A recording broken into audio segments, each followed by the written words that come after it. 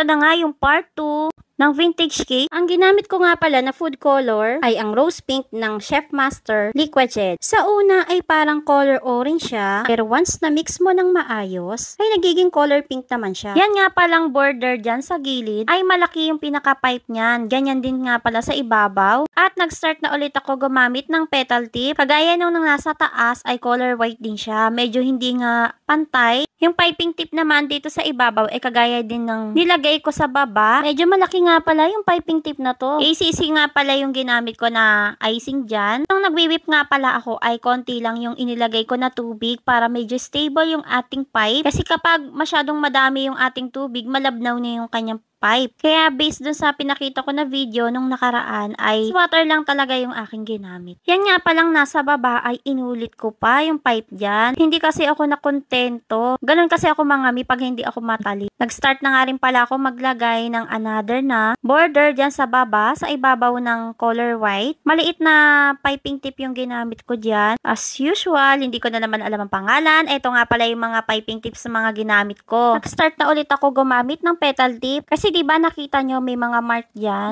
Una ko nang inilagay yon para meron akong susundan. Pagkatapos nga ay ito na naman, maliit na piping tip. Sinusundan ko lang yung pinakaibabaw ng petal tip na aking ginawa. Medyo magulo ba mga mi? Basta panoorin nyo na lang. Ang hirap pala mag-explain ng ganito. Ito na yung number 3 na piping tip. Yung maliit na bilog. Ayan, start pa lang o diba naputol na siya. Syempre, for the ulit ang person. Sa totoo lang ay dito ako nag-struggle sa paggawa. Dapat pala ay hindi na puputol, dire-diretso lang. Ang unang gawa ko nga dyan ay napangitan ako. Yung second kasi ay maayos. Kaya ang ginawa ko ay inulit ko siya. Tapos ganyan na naman ang nangyari o diba? For the ulit na naman ang person, hindi ko talaga siya ma-perfect. Dito talaga ako nag-struggle mga mi. Paano ba naman ay nanginginig na yung kamay ko? Kailangan kasi Diretso ang pindot tapos wag kang hihinga. Charot. Tawal din may kumausap sa akin ng mga time na gumagawa talaga ako niyan ay napakaseryoso ko. kasi mahirap talagang magkamali sa ganyan. Naswertihan pa ako dahil kaya pa pala siyang ulitin kahit na ganyan yung nangyayari. Buti na lang meron toothpick tapos kaya pala siyang maremedyohan. Natatawa nga ako habang gumagawa nito.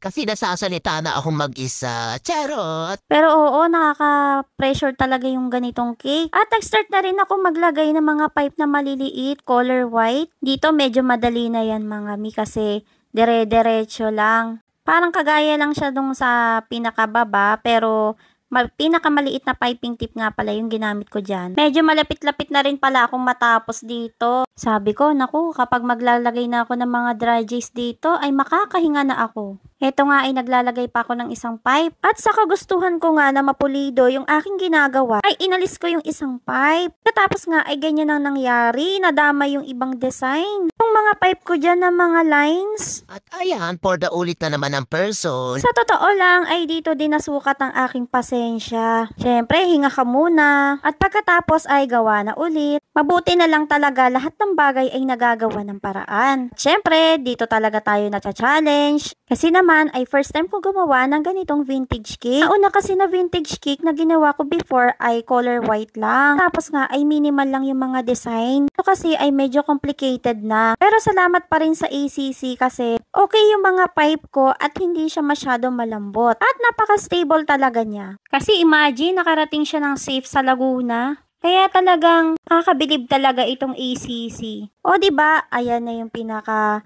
output ng cake, konti na lang. At malapit na rin ako matapos.